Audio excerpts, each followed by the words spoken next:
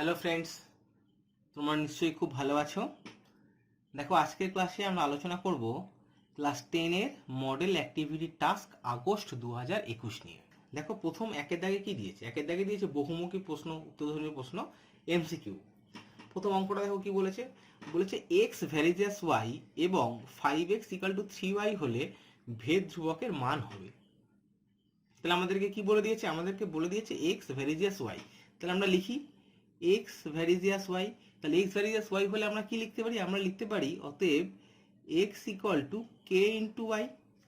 যেখানে কে কত? যেখানে কে হচ্ছে নট ইকুয়াল টু 0 ভেদ ধ্রুবক। কে নট ইকুয়াল টু 0 ভেদ ধ্রুবকও লিখতে পারো, শুধু ধ্রুবকও লিখতে হবে, শুধু ধ্রুবকও লিখতে পারো, কিন্তু অবশ্যই লিখতে হবে কে নট ইকুয়াল টু 0 ধ্রুবক। তাহলে এক্স ইকুয়াল টু কত পাচ্ছি আমরা? কে ওয়াই। আর আমাদের এখানে এক্স ইকুয়াল টু কত দিয়ে দিয়েছে? আমাদেরকে দিয়ে দিয়েছে দেখো 5x = 3y। তাহলে এটা থেকে আমরা কি বলতে পারি? এটা থেকে আমরা বলতে পারি অতএব x = 3/5y। তাই তো? তাহলে এই দুটো যদি তুলনা করো তাহলে x = ky, এখানে x = 3/5y। তাহলে k এর মান কত হচ্ছে? k = 3/5। তাহলে আমাদের অ্যান্সার কত? D, k = 3/5। বুঝতে পেরেছো নিশ্চয়ই? আচ্ছা, এবার আমরা করছি তারপরের অঙ্কটা, 2-এর অঙ্কটা। দেখো কি বলেছে। অমল 5,000 টাকা 9 মাসের জন্য এবং ফতিমা 6,000 টাকা 5 মাসের জন্য একটি ব্যবসায় নিয়োজিত করে। ঠিক আছে? লভ্যাংশ তাদের মধ্যে বণ্টিত হবে যে অনুপাতে তা হলো। তাহলে আমরা কিভাবে করি একবার দেখো। দেখো, অঙ্কটা আমরা সলভ করছি। এখানে কি বলেছে? এখানে বলেছে অমলের 5,000 টাকা 9 মাসের জন্য এবং ফতিমার 6,000 টাকা 5 মাসের জন্য একটি ব্যবসায় নিয়োজিত করে। তাহলে অমল 5,000 টাকা 9 মাসের জন্য নিয়োজিত করে। তাহলে অমলের টাকা তো 5,000 টাকাটা 9 মাস কাটে। তাহলে এক মাসের হিসেবে অমলের মূলধন কত? অমলের মূলধন কত এক মাসের জন্য? এক মাস হিসেবে অমলের মূলধন হবে কত? 5,000 ইন্টু 9, এত টাকা। তাই তো? আর এক মাসের জন্য ফতিমার মূলধন কত হবে? ফতিমার মূলধন হবে এক মাসের জন্য কত? ফতিমার 6,000 টাকা। কত মাস কেটেছে? 5 মাস কেটেছে। তাহলে অমলের মূলধন এত, ফতিমার মূলধন হচ্ছে এত। তাহলে আমরা কি জানি? যা কিছু লভ্যাংশ বণ্টিত হবে সবকিছু মূলধন অনুপাতে বণ্টিত হবে। তাহলে লভ্যাংশের অনুপাত কত হবে? লভ্যাংশের অনুপাত হবে 5,000 ইন্টু 9 ইস টু 6,000 ইন্টু 5। তাহলে কাটাকুটি করা যাক। এখানে 3টে শূন্য, এখানে 3টে শূন্য কেটে দিলাম। ঠিক আছে? এখানে 5 কেটে দিলাম, এখানে 5 কেটে দিলাম। তাহলে কত থাকে? 9:6। 3 দিয়ে কাটলে 3 3 যা 9, 3 দিয়ে কাটলে 3 2 যা 6। তাহলে হচ্ছে 3:2। অমল এবং ফতিমার মুখের অনুপাত 3:2। তাহলে খুঁজে দেখো 3:2 কোথায় আছে? 3:2 আছে এ অপশন। তাহলে আমাদের অ্যান্সারটা হচ্ছে এ। আচ্ছা, এবার আমরা চলে আসছি পরের অঙ্কটা। দেখো পরের অঙ্কটা কি বলেছে। বলেছে ও কেন্দ্রীয় বৃত্তের বহিস্থ পি বিন্দু থেকে অঙ্কিত স্পর্শক বৃত্তকে কিউ বিন্দুতে স্পর্শ করে। ও কিউ = 9 সেন্টিমিটার, পিও = 15 সেন্টিমিটার হলে পি কিউ এর দৈর্ঘ্য কত সেটা আমাদেরকে বার করতে হবে। তাহলে অঙ্কটা আমরা করি। দেখো, যা যা বলেছে সেই অনুযায়ী আগে আমরা ছবি এঁকে নিই। তাহলে ছবি আঁকলেই আমাদের অঙ্কটা হয়ে যাবে। দেখো, প্রথমে কি বলেছে? প্রথমে বলেছে ও কেন্দ্রীয় বৃত্তের বহিস্থ পি বিন্দু থেকে। তাহলে একটা বৃত্ত আঁকলাম। বৃত্তের বহিস্থ একটা বিন্দু নিলাম পি। এবার কি বলেছে? পি বিন্দু থেকে অঙ্কিত স্পর্শক বৃত্তকে কিউ বিন্দুতে ছেদ করে। তাহলে পি বিন্দু থেকে একটা স্পর্শক অঙ্কন করলাম। এটা বৃত্তকে কোন বিন্দুতে স্পর্শ করে? এটা হচ্ছে কিউ বিন্দুতে স্পর্শ করছে। এটা হচ্ছে ও কিউ 9 সেন্টিমিটার, ওটা হচ্ছে বৃত্তের কেন্দ্র। তাহলে ও কিউ যোগ করো। ও কিউ হচ্ছে 9 সেন্টিমিটার, পিও হচ্ছে 15 সেন্টিমিটার। পিও, এটা তো ও, পিও, তাহলে পিও যোগ করে দাও। পিও হচ্ছে 15 সেন্টিমিটার, এটা হচ্ছে 9 সেন্টিমিটার। তাহলে বলেছে পি কিউ এর দৈর্ঘ্য কত। দেখো, এটা বৃত্তের বহিস্থ কোনো বিন্দু থেকে, এটা বৃত্তের স্পর্শক, আর এটা হচ্ছে স্পর্শ বিন্দুগামী ব্যাসার্ধ। তাহলে ও কিউ পি এই কোণটা কত ডিগ্রি? 90 ডিগ্রি। তাহলে আমরা বলতে পারি পি কিউ ও এই কোণটা হচ্ছে 90 ডিগ্রি, মানে সমকোণী ত্রিভুজ। এখন সমকোণী ত্রিভুজ যদি সমকোণ হয় তাহলে এটা অতিভুজ। আমরা কি জানি? অতিভুজের স্কোয়ার = লম্ব স্কোয়ার প্লাস ভূমি স্কোয়ার।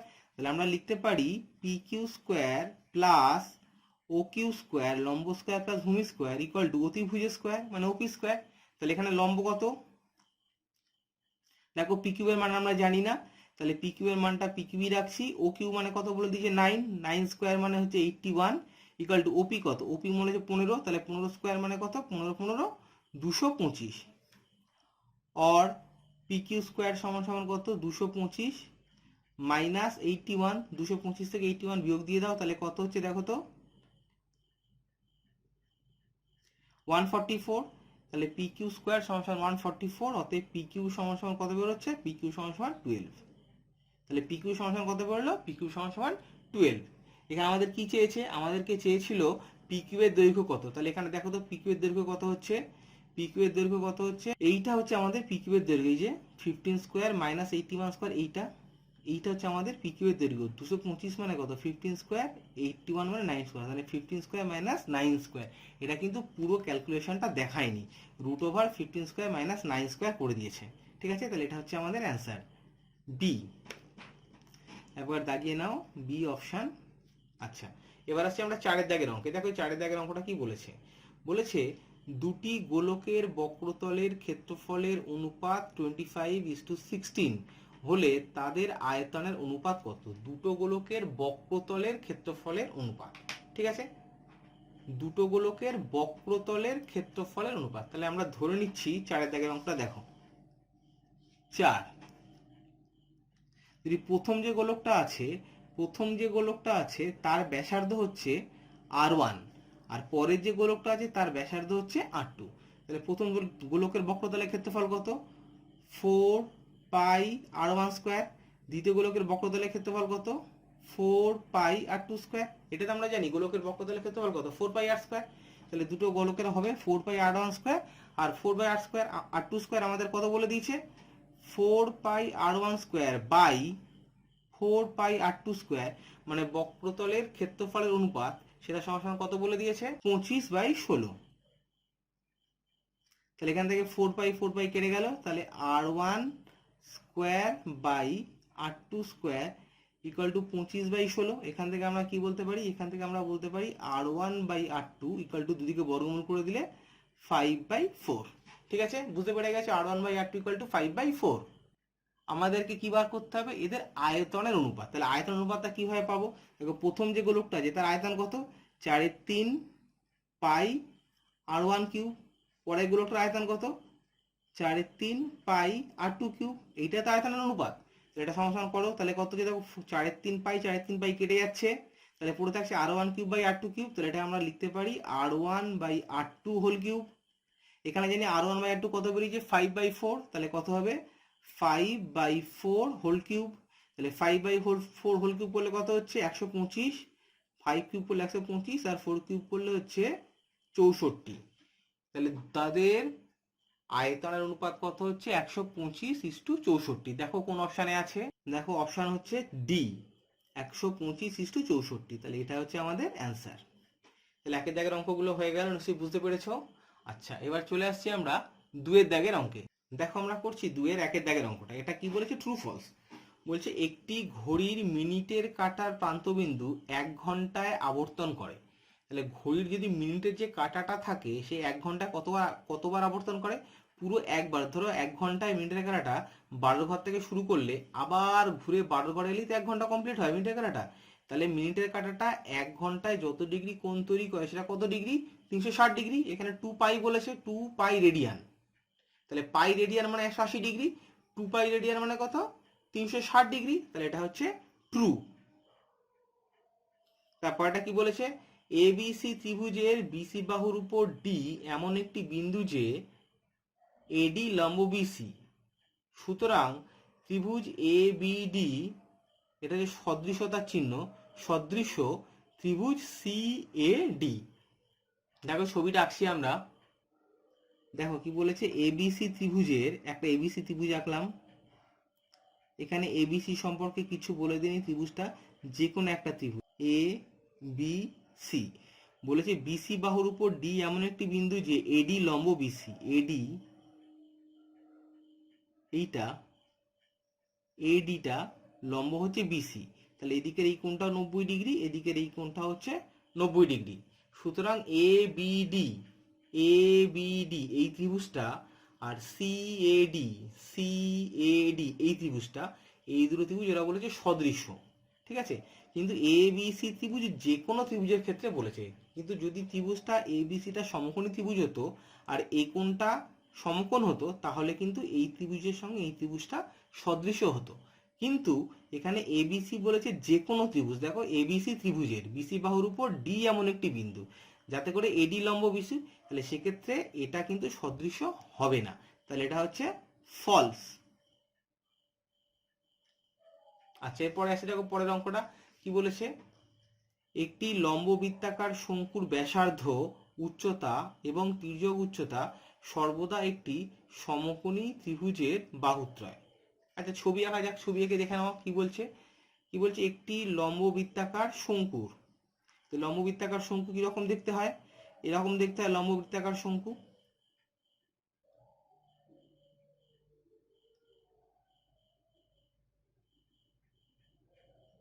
এটা একটা লম্ব বৃত্তাকার শঙ্কু, এটা লম্ব বৃত্তাকার শঙ্কুর ভূমির মধ্যবিন্দু, এটার সঙ্গে এদিকে একটা ব্যাসার্ধ যোগ করো আর শীর্ষবিন্দুর সঙ্গে এই মধ্যবিন্দুরে যোগ করে দাও। তাহলে বলছে এটা যদি নাম দাও এ বি সি, এই মধ্যখানে পয়েন্টের নাম দিলেন পি। তাহলে দেখো বলছে লম্ব বৃত্তাকার শঙ্কুর ব্যাসার্ধ, এটা ব্যাসার্ধ পিসি ব্যাসার্ধ, উচ্চতা এপি উচ্চতা এবং তির্যক উচ্চতা, এটা তির্যক উচ্চতা সর্বদা একটি সমকোণী ত্রিভুজের বাহুত্রয়, এটা 90 ডিগ্রি, তাহলে সমকোণী ত্রিভুজ হচ্ছে, তাহলে এটা ট্রু। দেখো চারের অঙ্কটা কি বলেছে, শুভেন্দু ও নৌশদ যথাক্রমে 1,500 টাকা এবং 1,000 টাকা নিয়ে একটি ব্যবসা শুরু করে। 1 বছর পরে ব্যবসায় 75 টাকা ক্ষতি হলে শুভেন্দুর ক্ষতি হয় 30 টাকা। দেখো অঙ্কটা আমরা কিভাবে করছি। তাহলে শুভেন্দু আর নৌশদের মূলধন অনুপাত কত, শুভেন্দুর 1,500 টাকা আর নৌশদের হচ্ছে 1,000 টাকা, তাহলে 1,500:1000। তাহলে আমরা এখানে কাটাকুটি করে দিই, দুটো শূন্য কাটলাম 15:10, তাহলে 5 দিয়ে কাটলে 3, 5 দিয়ে কাটলে 2, তাহলে 3:2। তাহলে 1 বছর পর মোট ক্ষতি কত হয়েছে, মোট ক্ষতি সমান সমান 75 টাকা। এবার বলো যে 75 টাকার মধ্যে শুভেন্দুর ক্ষতি কত, তাহলে অতএব শুভেন্দুর ক্ষতি হয়, শুভেন্দুর ক্ষতি কত, টোটাল 75 টাকা ক্ষতি ইন্টু প্রথমে শুভেন্দু আছে, তাহলে 3/5 এত টাকা। কাটাকুটি করো, 3×15 45 টাকা। শুভেন্দুর ক্ষতি কত, 45 টাকা। এখানে দেখা তো কি বলেছে অপশানে, দেখো অপশানে কি বলেছে, অপশানে বলেছে শুভেন্দুর ক্ষতি হয় 30 টাকা, শুভেন্দুর ক্ষতি বলেছে 30 টাকা, তাহলে এটা কত, ফলস। এটা মনে রাখবে, এটা হচ্ছে ফলস। একের দাগের অঙ্ক, একটি বৃত্তে 5.5 সেন্টিমিটার দৈর্ঘ্যের বৃত্তচাপ কেন্দ্রে π/16 পরিমাপের কোণ উৎপন্ন করলে বৃত্তের ব্যাসার্ধের দৈর্ঘ্য নির্ণয় করো। ঠিক আছে, অঙ্কটা একবার দেখে নাও তোমরা, অঙ্কটা আমি সলভ করতে যাচ্ছি। দেখো আমরা 3-এর অঙ্কটা আবার কি করে করছি। এখানে কি বলেছে, এখানে বলেছে বৃত্তচাপ সমান 5.5 সেন্টিমিটার, তাহলে বৃত্তচাপ কত বলে দিচ্ছে, বৃত্তচাপ সমান 5.5 সেন্টিমিটার।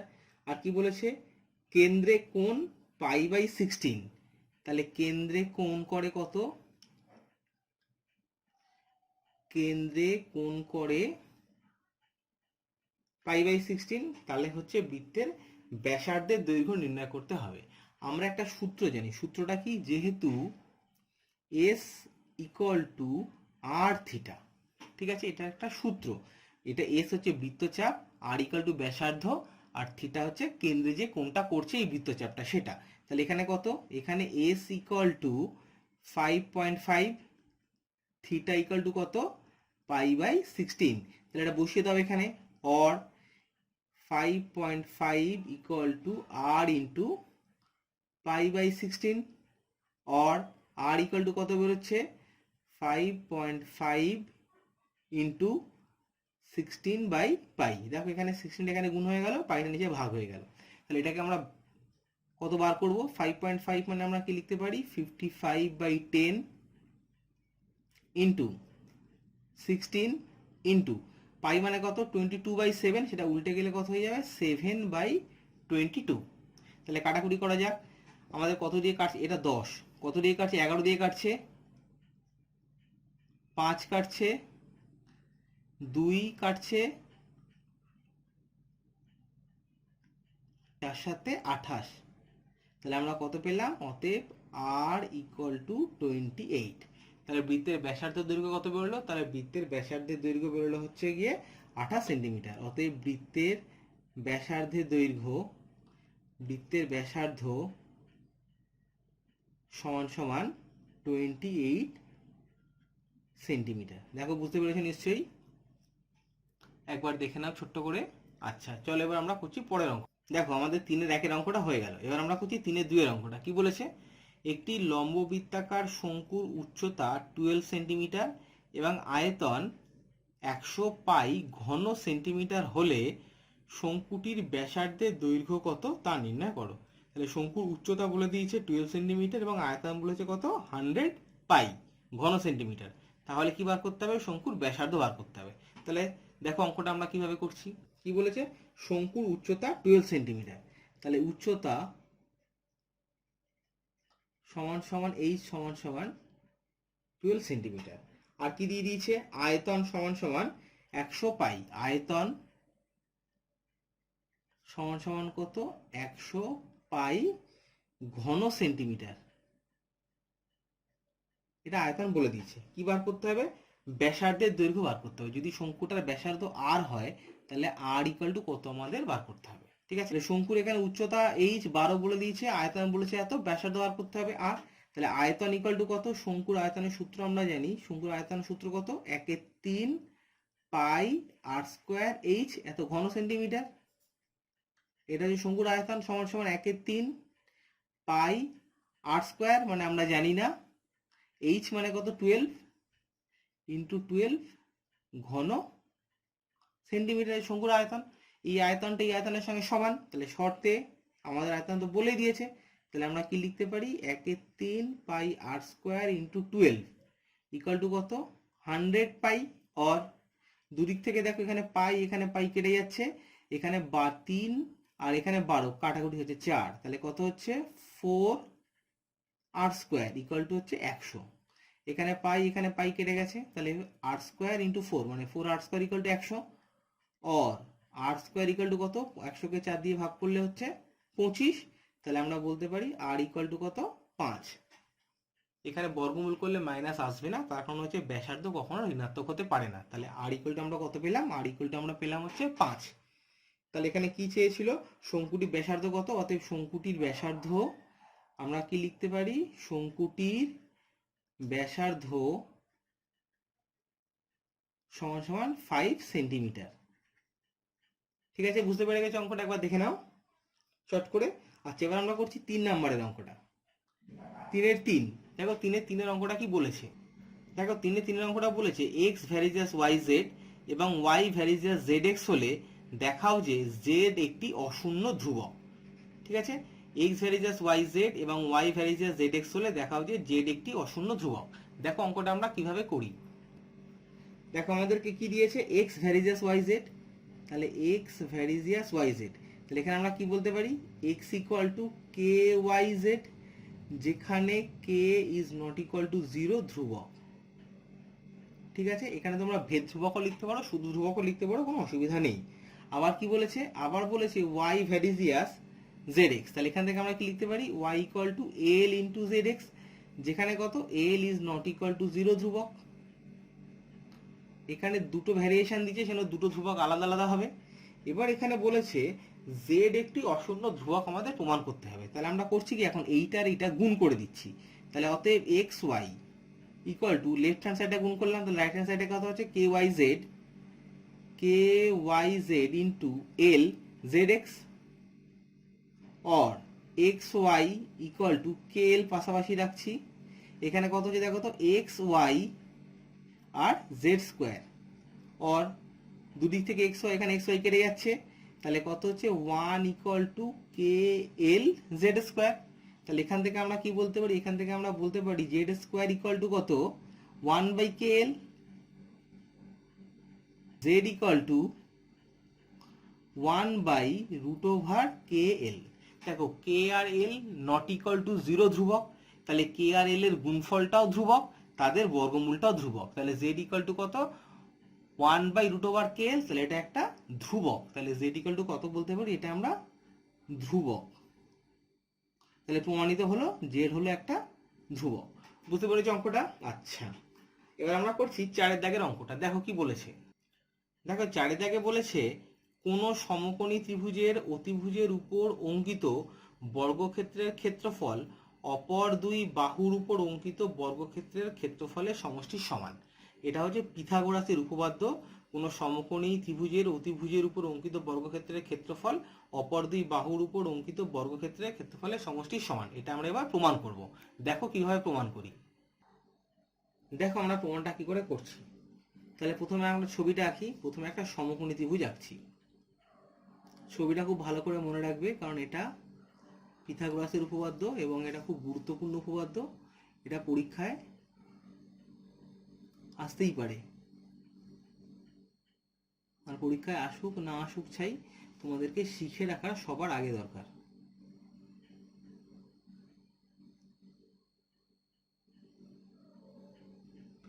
যারা সমকোণী ত্রিভুজ আঁকলাম, সমকোণী ত্রিভুজটার নাম দিলাম বিএসি।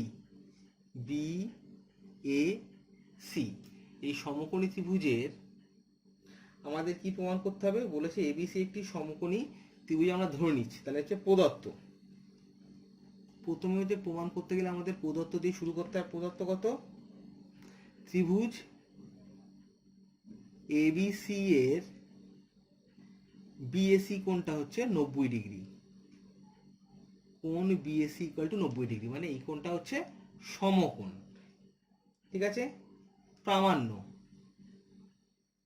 কি প্রমাণ করতে হবে? অতিভুজের উপর অঙ্কিত বর্গক্ষেত্রের ক্ষেত্রফল অপর দুই বাহুর উপর অঙ্কিত বর্গক্ষেত্রের ক্ষেত্রফলের সমষ্টির সঙ্গে সমান। তাহলে আমাদের কি প্রমাণ করতে হবে? আমাদের প্রমাণ করতে হবে যে BC square equal to AB square plus AC square.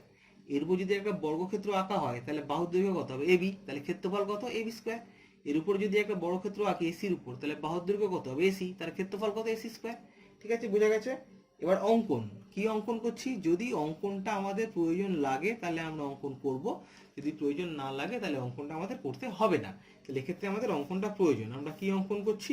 এ বিন্দু থেকে বিসি বাহুর উপর একটা লম্ব অঙ্কন করছি। দেখো, তাহলে এ বিন্দু থেকে বিসি বাহুর উপর একটা লম্ব টানলাম, নাম দিলাম এডি।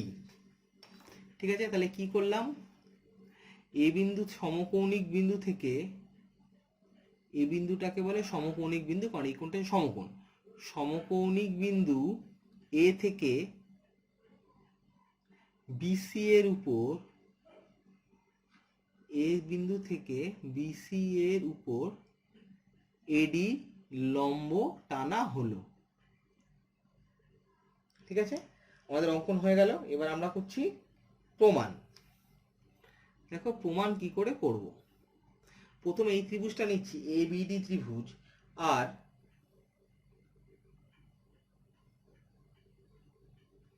এ বি সি ত্রিভুজ। দেখো প্রমাণ, যেহেতু এ বি সি সমকোণী ত্রিভুজের, যেহেতু এ বি সি সমকোণী ত্রিভুজের সমকৌণিক বিন্দু, সমকৌণিক বিন্দু এ থেকে এডি লম্ব বিসি, অতিভুজটা বিসি, তাহলে আমরা কি বলতে পারি? আমরা বলতে পারি ত্রিভুজ এ বি ডি সদৃশ ত্রিভুজ এ বি সি, আবার ত্রিভুজ এ সি ডি সদৃশ ত্রিভুজ এ বি সি। এটা আমরা একটা উপপাদ্য প্রমাণ করে এসেছি, এর আগে উপপাদ্যটা আছে, এবং সম্ভবত 48 এর উপপাদ্য, উপপাদ্য নাম্বার 48। তাহলে এবার আমরা শুরু করছি এইটা থেকে। যেহেতু ত্রিভুজ এ বি ডি সদৃশ ত্রিভুজ এবিসি, যেহেতু এই ত্রিভুজটা মানে এ বি ডি, এই ত্রিভুজটা এ বি সি ত্রিভুজের সঙ্গে সদৃশ, তাহলে আমরা কি বলতে পারি, দুটো ত্রিভুজ সদৃশ হলে তাদের অনুরূপ বাহুগুলি সমানুপাতি হবে। তাহলে হবে কত, A B by BC equal to BD by AB. কেন বলতো এটা হবে?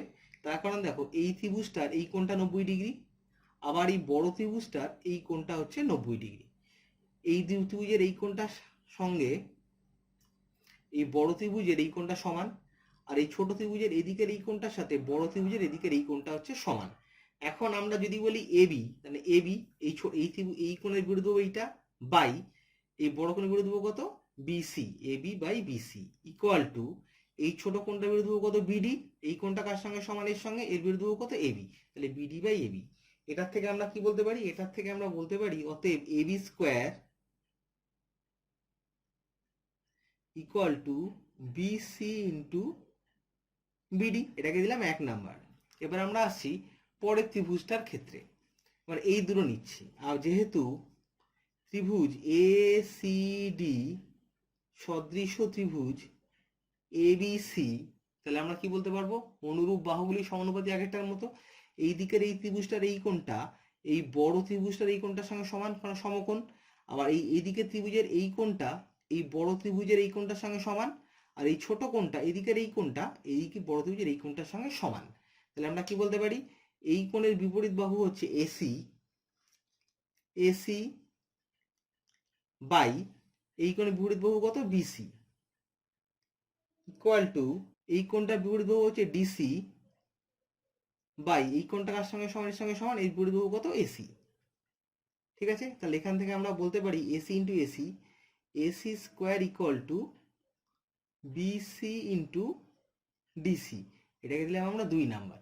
এবার যদি 1 আর 2 আমরা যোগ করে দিই তাহলে কি পাই, দেখো তো। 1 আর 2 যদি এখানে আমরা যোগ করে দিই,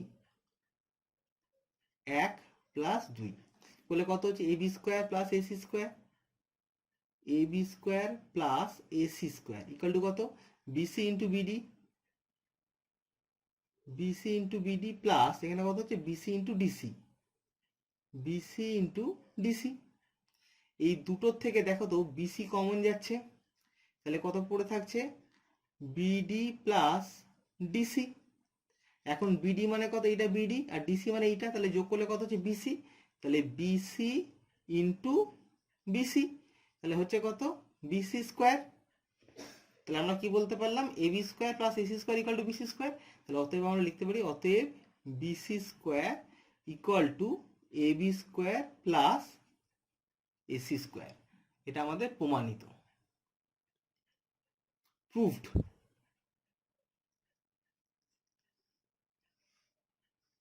একবার দেখে নাও ভালো করে, বুঝতে পেরেছো নিশ্চয়ই।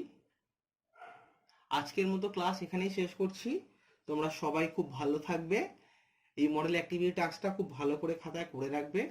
যদি কোনো সমস্যা হয় তাহলে অবশ্যই কমেন্ট বক্সে বলবে, আমি নিশ্চয়ই সেটা সমাধান করে দেবো। তোমরা সবাই খুব ভালো থাকো। Hello students, welcome to my YouTube channel math you know. তোমরা সবাই আমার চ্যানেলটা সাবস্ক্রাইব করে নাও এবং বেল আইকনটা প্রেস করে দাও, যাতে করে আমি নতুন ভিডিও আপলোড করলে তোমরা নোটিফিকেশান পেয়ে যাও এবং নিজের বন্ধুদের মধ্যে শেয়ার করো।